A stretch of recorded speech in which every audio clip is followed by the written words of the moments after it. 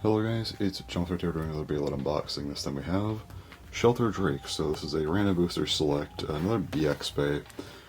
I'm just going to say up front, I'm not the biggest fan of this thing. I'll explain why, but I found one of the first, well not first, but one of the recent misses in my opinion for releases. We had a pretty good string of releases going, but then last couple have been a bit questionable, and I think this one is probably the worst of them. Again, I'll explain why. But let's go ahead and get into this and just talk about it. Alright, everything's out of the box now. First up, you of course have, the instructions and whatnot, but more importantly, the parts. First up, gear point. We've seen this before. First coming on Unicorn Sting, and its point, but has, I guess, a bit of an easier time getting to the extreme line, so, yeah, it's red. Extra burst resistance, yeah, it's a part we've already seen.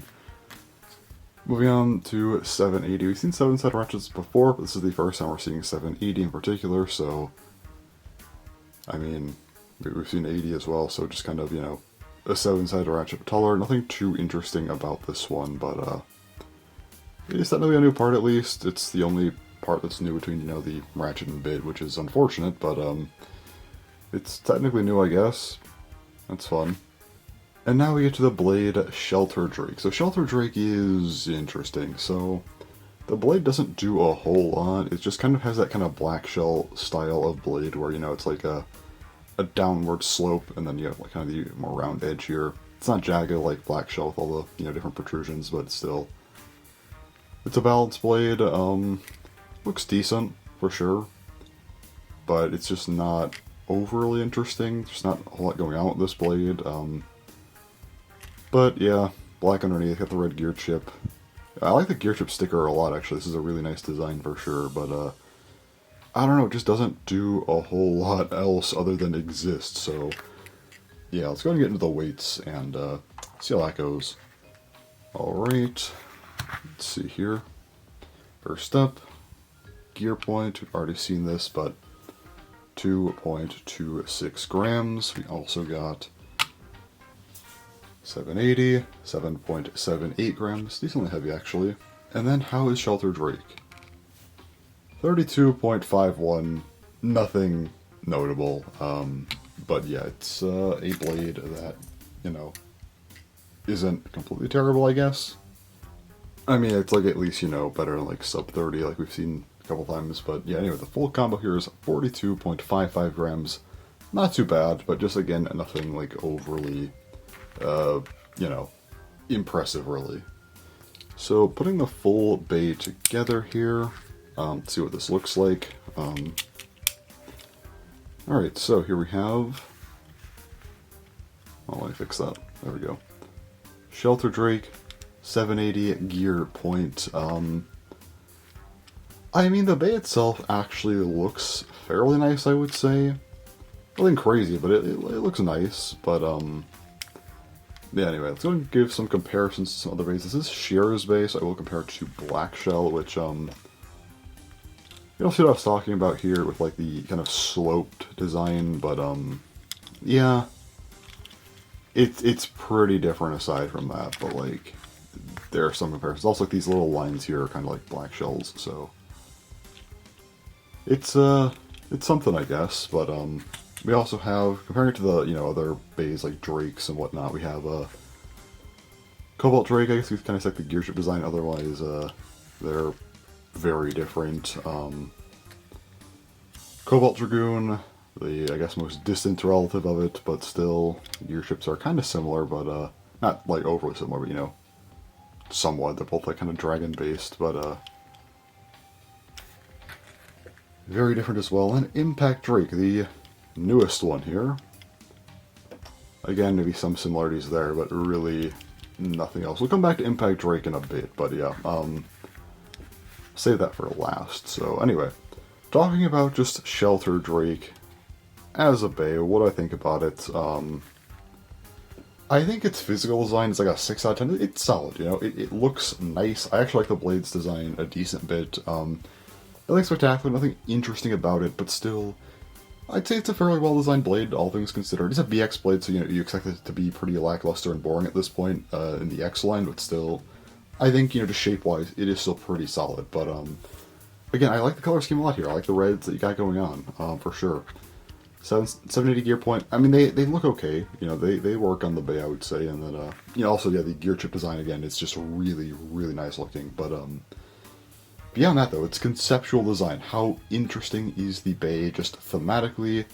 Did they make a new concept for a bay? I would say no. I would give this like a 2 out of 10. I don't think they really gave us much here. ShelterDrake as a blade is a pretty whatever balanced blade. You could kind of say it pulls from Black Shell, but in that sense, why is this bay on an 80 ratchet? It doesn't really work very well in my opinion. I guess you could say it's like the round blade and it's meant to be taller and it just makes contact with like this very round point here, but like, I mean, I don't know about that. It just seems a little bit boring again. You made this kind of concept with Black Shell, and you specifically gave a defense type a 60 ratchet, the first time we actually seen something like that, and then you kind of go back on that. I don't know. It just seems a little bit weird to me. In Gear Point, I get it. It's kind of meant to be a Drake mixed with, you know, Black Shell, so attack and defense. Gear Point, I think, kind of covers that, but Gear Point, it's still fairly boring. We've seen point variants, we've seen point, gear point, transpoint. There's no reason that you couldn't get a 4th point or a similar concept, so I think conceptually this bay is fairly bland. Not a whole lot to go, you know, to do with it, I would say. This definitely just feels like a filler release between, you know, Golem Rock and CX, and even Golem Rock I feel like is a little bit, you know, kind of filler, but at the same time, at least got a new bit. It's an under bit that, you know, had a decent bit of an impact, I would say, and, you know, it's a pretty boring blade, but again, I think it has a little bit more going on than this does. But regardless, we're kind of just waiting for CX, and this just definitely feels like a bay that's thrown out while we're waiting for CX.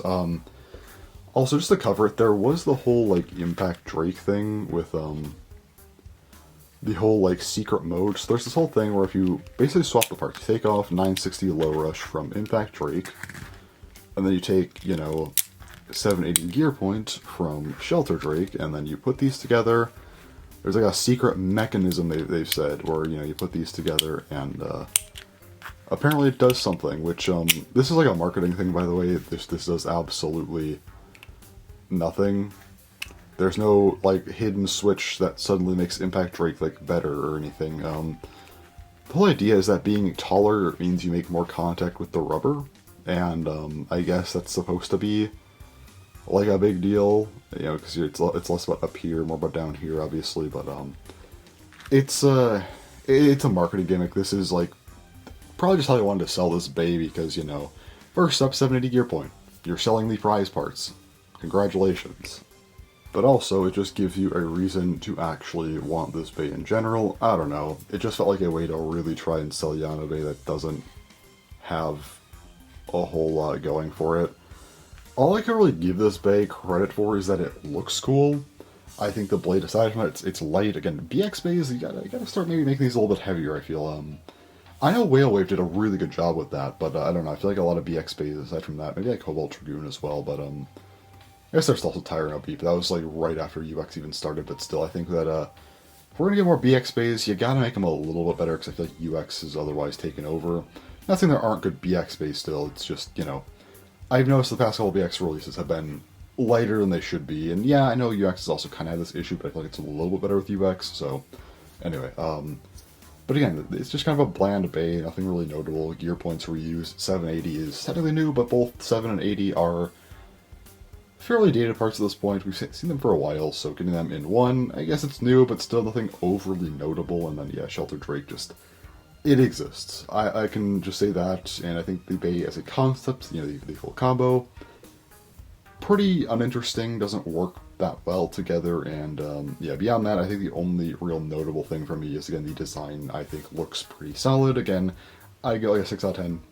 Definitely a solid design, but with that said, that's it for now. I'll come back probably not until early April, because I think the next wave is like the 29th, so that'll be a little while. So probably start of April, I will have the CX bays, you know, Xeno Excalibur, ready to go, unbox those, talk about those, which I am pretty interested in doing because it's a new line, so we'll see how that goes. I am still pretty mixed on the line as a whole, but still, I at least want to check them out before I make any further judgments. So anyways, that's all for this video. Definitely not my favorite bay of the line by a long shot. I think this is probably one of the worst beys we've gotten in quite some time, maybe since like Phoenix Rotor, I would say, because that was a kind of an awkward bey. But anyways, at least that had new parts. This one really doesn't, so that's all for this video, so thanks for watching, and bye-bye.